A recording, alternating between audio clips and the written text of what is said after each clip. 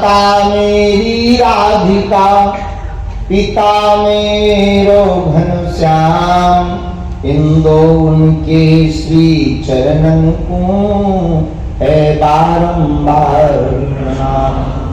तुलसी वृक्ष न जानिए, गाय न जानिए ढोर, मात पिता गुरु मानुष न जानिए, यह सब है नंद किशोर। तुलसी तुलसी सब कहे, तुलसी बन की घास, कृपा भई रघुनाथ की, सो बन गए तुलसीदास। रामचंद्र भगवान की जय, श्री बागेश्वर धाम की जय, सद्गुरु भगवान सन्यासी बाबा की जय, गंगा मैया की जय, भगवती मां मुंबा देवी की जय, गीता माता की जय, सब संतन की जय, मां पार्वती पते हर। आज माहेश्वरी के इस भवन में, माहेश्वरी समाज के मध्य में, महान ईश्वर भगवान कृष्ण के मुख से निकली एक गंगा, जिसे गीता कहते हैं, उसका पठय पाठन इन सभी बालकों बालिकाओं के स्त्री मुख से सुनकर ऐसा लगा मानो हम पुनः गुरुकुलम पद्धति में बैठे।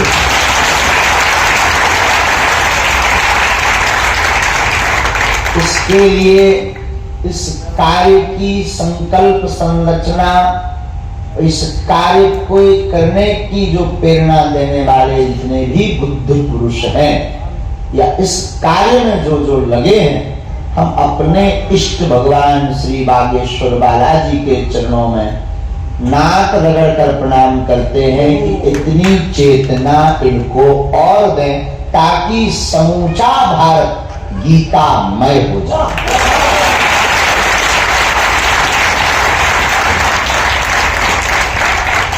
गीता कंठस्थ का कोई ग्रंथ नहीं है।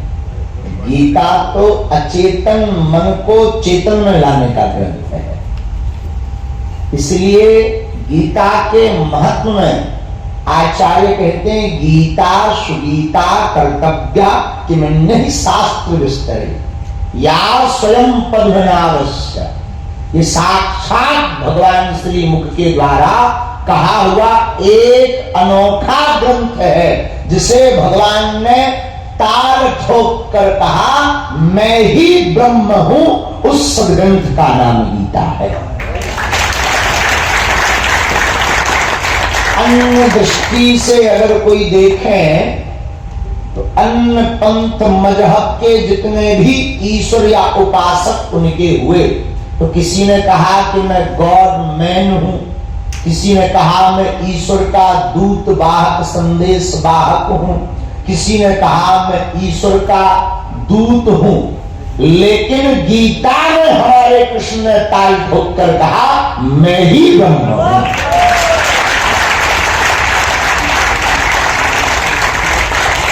इसलिए समूचे विश्व के जनमानस में अगर गीता का पठय पाठन प्रवेश कर जाए तो हमारा समूचा समाज ज्ञान योग, भक्ति योग और कर्म योग तीनों से परिपक्व होकर के सभ्य बन करके सुसंस्कारवान पल्लवित होगा। अभी हम जब आ रहे थे तब एक श्लोक बड़ा दिमाग में गुनगुना रहा था गीता के महत्व का, क्योंकि ये सभी आचार्य कहें तो अतिशयोक्ति नहीं है।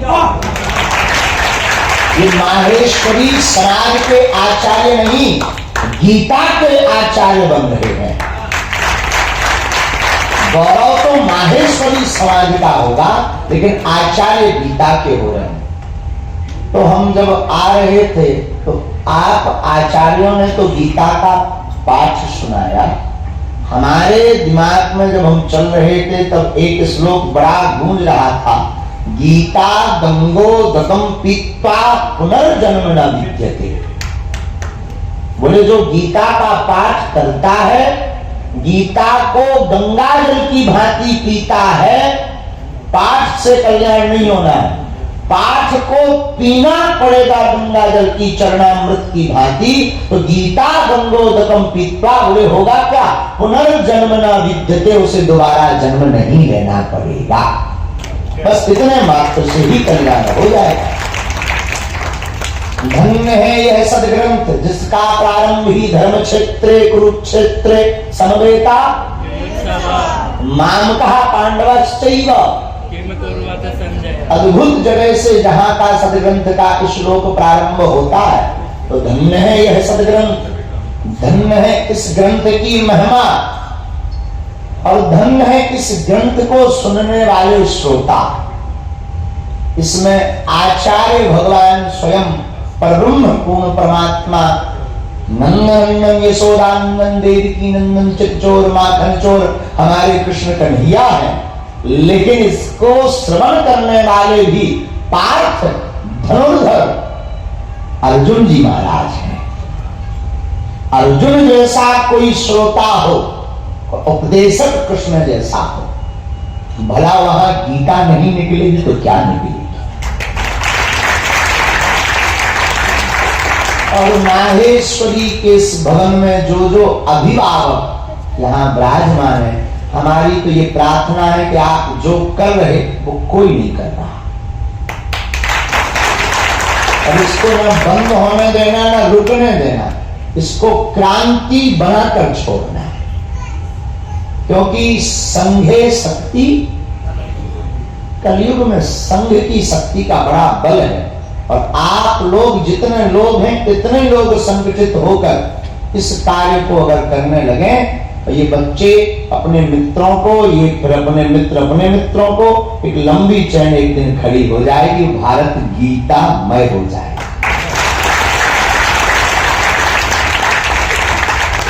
हम एक दिन ऐसे ही, हम तो अनपढ़ गवार हैं, पढ़े लिखे तो अपने राम है नहीं है, अंगूठा छाप है।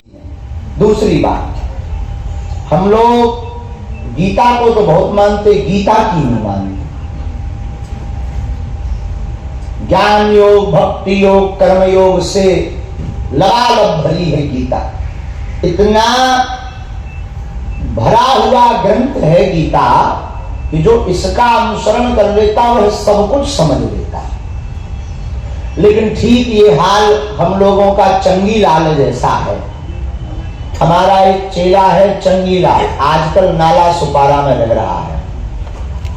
तो हमने कहा भाई कैसे हो? बोले गुरुजी आपकी कृपा से गीता का उपदेश 35 साल से सुन रहे। मैं कहा वाह बहुत अच्छा है, सुनना चाहिए।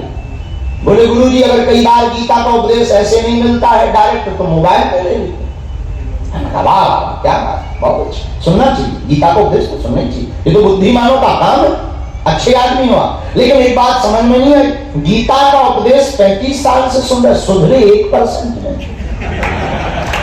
जब हमें बाद में पता लगा तो हमें भी अटैक आया। बोले गीता हम भगवत गीता नहीं, गीता हमारी लोगाई को नाम।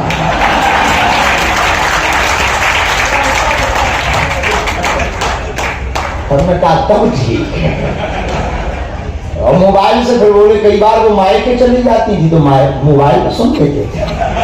अब ऐसे लोगों का क्या भला होगा, क्या कल्याण होगा?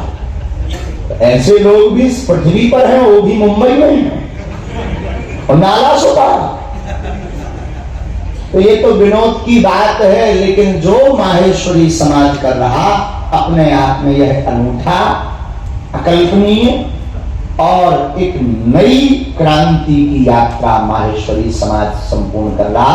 हम अपने इष्ट भगवान श्री बागेश्वर बालाजी और सदगुरु भगवान श्री सन्यासी बाबा के चरण रज जो चेतना है उसको प्रणाम करते हुए यही प्रार्थना करते कि आपका समूचा समाज समृद्ध हो, एकता की ओर बढ़े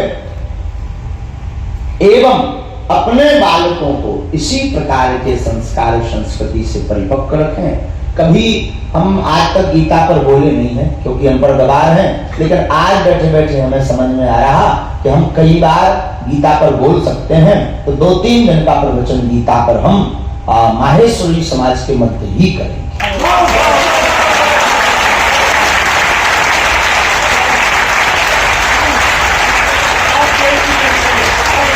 बस तारीख भर रोको, अभी 2025 तक खुलेंगे, तो तारीख भर की छोड़ दो, हमें डेट फिक्स कर देंगे।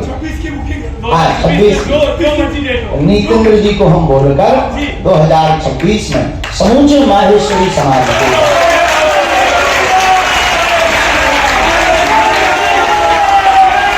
लेकिन अगर एक शर्त हमारी मानो तो ज्यादा अच्छा है, वह आयोजन गीता भवन में ही हो। भले हम कोई नाम कोई और हो, पर उसका नाम चेंज कर दो,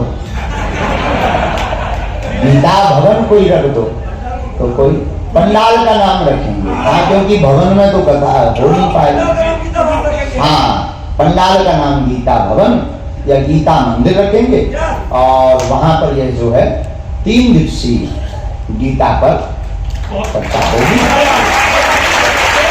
हमने अभी तक बोला नहीं है, आज तक के जीवन में पहली बार इतना हम गीता पर बोले, इतना ही बहुत है हमारे लिए।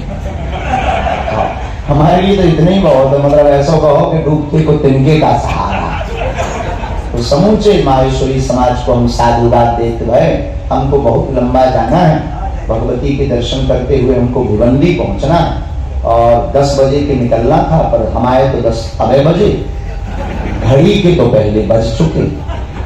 तो अब हम यहाँ रुके भी। एक तो पहली बार हमको मुंबई में किसी आश्रम में रहने जैसी अनुभूति हुई,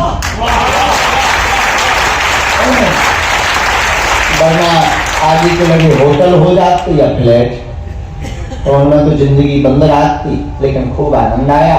इसी मंगल कामना के साथ सभी गीता पाठ के आचार्य और आचार्याओं को